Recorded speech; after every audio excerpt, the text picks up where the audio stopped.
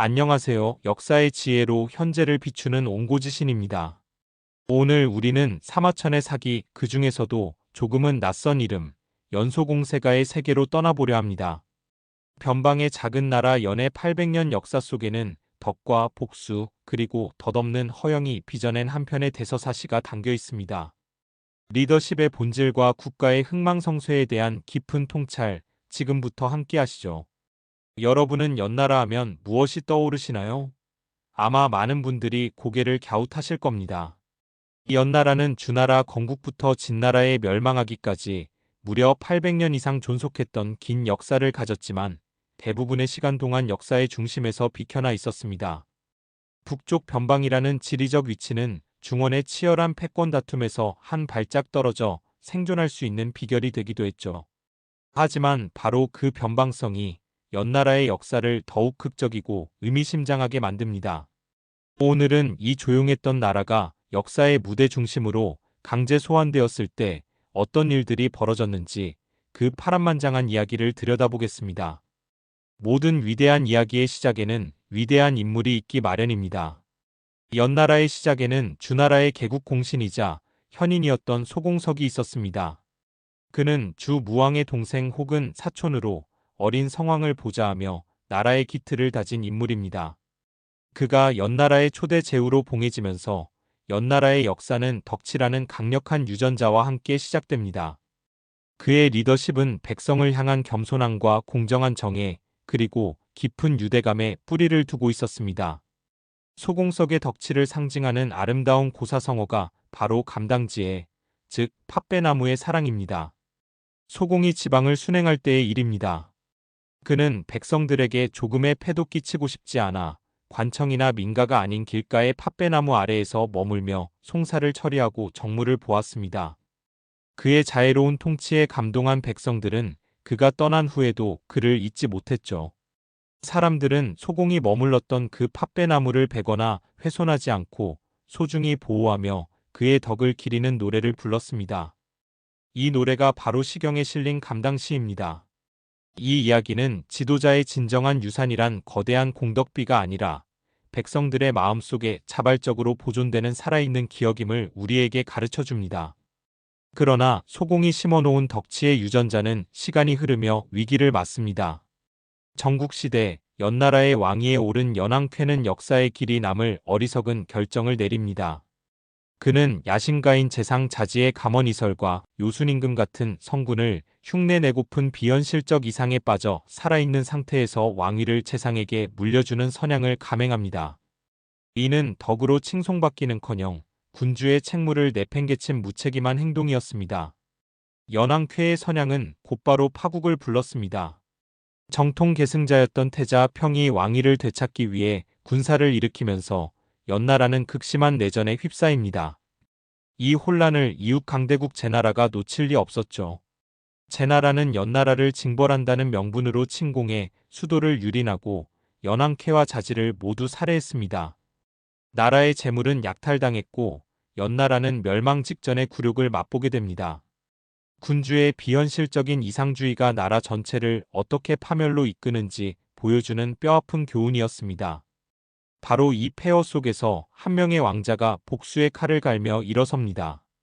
연왕쾌의 아들 연소왕입니다. 그는 조국의 파멸과 굴욕을 직접 목격하며 오직 하나의 불타는 야망을 품고 왕위에 오릅니다. 바로 제나라에 복수하고 연나라의 명예를 되찾는 것이었죠. 하지만 그는 냉철한 현실주의자였습니다. 약해진 국력으로는 제나라에 대적할 수 없다는 것을 알았기에 그는 복수를 위한 단 하나의 길, 바로 천하 최고의 인재를 모으는데 모든 것을 걸기로 결심합니다. 연소왕은 신하 곽괴에게 인재를 구할 방도를 묻습니다. 이때 곽괴가 들려준 죽은 말의 뼈 이야기는 인재 등용 전략의 정수로 꼽힙니다. 옛 군주가 천리마를 구하기 위해 신하에게 천금을 주었지만 신하는 이미 죽은 천리마의 뼈를 500금에 사왔습니다. 왕이 대로하자 신하가 말했죠. 죽은 말의 뼈에도 500금을 썼다는 소문이 퍼지면 살아있는 천리마에는 얼마나 더 큰 대가를 지불할지 기대하며 진짜 천리마들이 저절로 몰려들 것입니다. 비유를 마친 곽괴는 연소왕에게 말합니다. 왕께서 진정 현자를 원하신다면 저 과괴부터 시작하십시오. 저 같은 평범한 인물도 스승으로 모신다면 천하의 인재들이 감동하여 달려올 것입니다.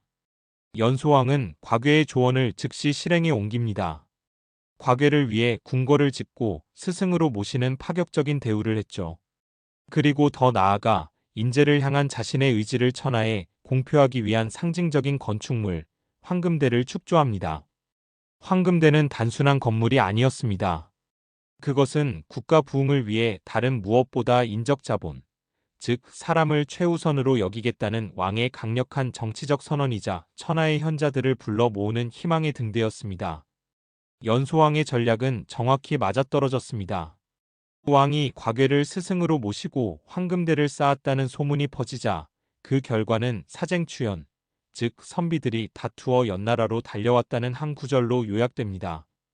이 고사성어는 연소왕의 인재 등용책이 얼마나 성공적이었는지를 보여주죠. 물론 여기에는 이중적인 의미가 있습니다. 왕의 덕에 감화된 이들도 있었겠지만 전국시대는 자신의 능력을 높이 사주는 군주를 찾아 옮겨다니던 시대였습니다. 황금대가 상징하는 실질적인 보상과 기회를 좇아 합리적인 선택을 한 인재들도 많았을 겁니다.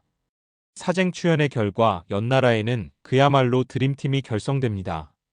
부흥계획의 설계자 과괴를 필두로 위나라 출신의 천재적인 군사 전략가 악에, 제나라 출신의 당대 최고 철학자 추연, 그리고 조나라 출신의 장수 극신까지 각 분야 최고의 전문가들이 연소왕의 깃발 아래 모여들었습니다. 이들의 합류는 연나라의 복수가 더 이상 헛된 꿈이 아님을 보여주는 명백한 증거였습니다. 마침내 때가 왔습니다.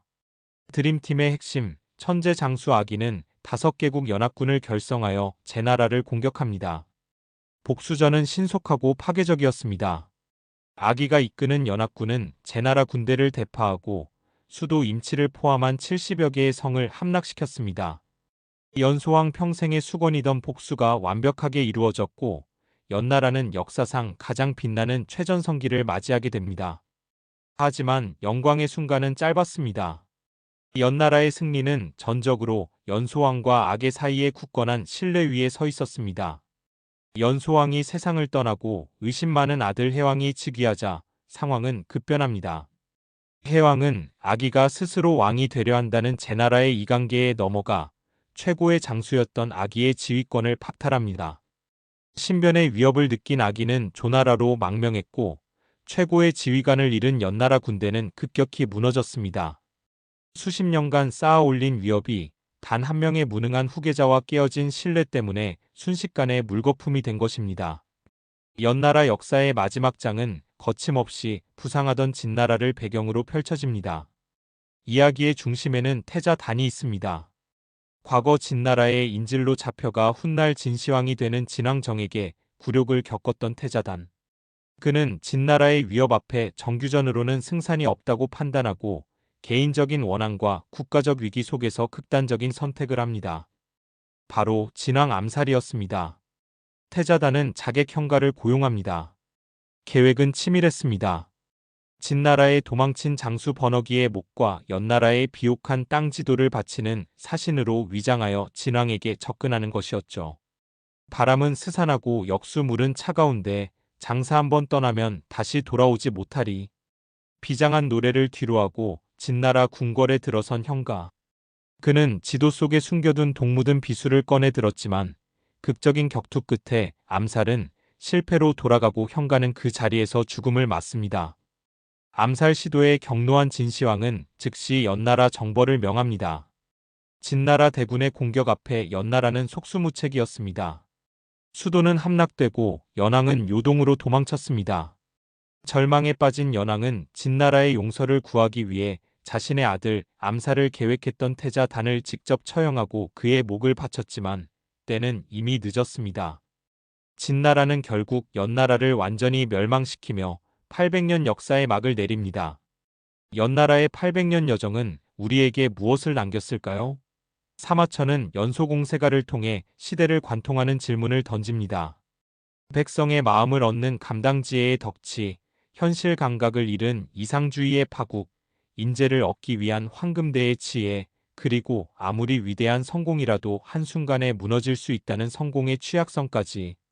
연나라의 이야기는 이침 변방 국가의 연대기를 넘어 오늘을 사는 우리에게도 깊은 메아리를 남깁니다. 연나라의 흥망성쇠는 4가지 핵심 교훈을 남깁니다. 첫째, 진정한 힘은 백성의 마음을 얻는 덕치에서 나옵니다. 둘째, 국가의 운명은 결국 인재를 어떻게 대하느냐에 달려 있습니다. 셋째, 리더와 신하의 신뢰는 성공의 기반이자 가장 깨지기 쉬운 고리입니다. 마지막으로 현실 감각을 잃은 이상주의는 개인과 국가 모두를 파멸로 이끌 수 있다는 것입니다. 덕으로 시작하여 복수로 타올랐다가 허망한 비극으로 끝맺은 나라 연. 그들의 이야기는 우리에게 리더십이란 무엇이며 성공을 지키는 것은 성공을 이루는 것보다 얼마나 더 어려운지를 묻고 있습니다. 오늘 옹고지신이 준비한 이야기는 여기까지입니다. 여러분의 마음에 연나라가 남긴 메아리는 어떤 울림을 주었나요? 구독과 좋아요로 여러분의 생각을 들려주세요. 다음 시간에도 더욱 깊이 있는 역사의 지혜로 찾아뵙겠습니다. 감사합니다.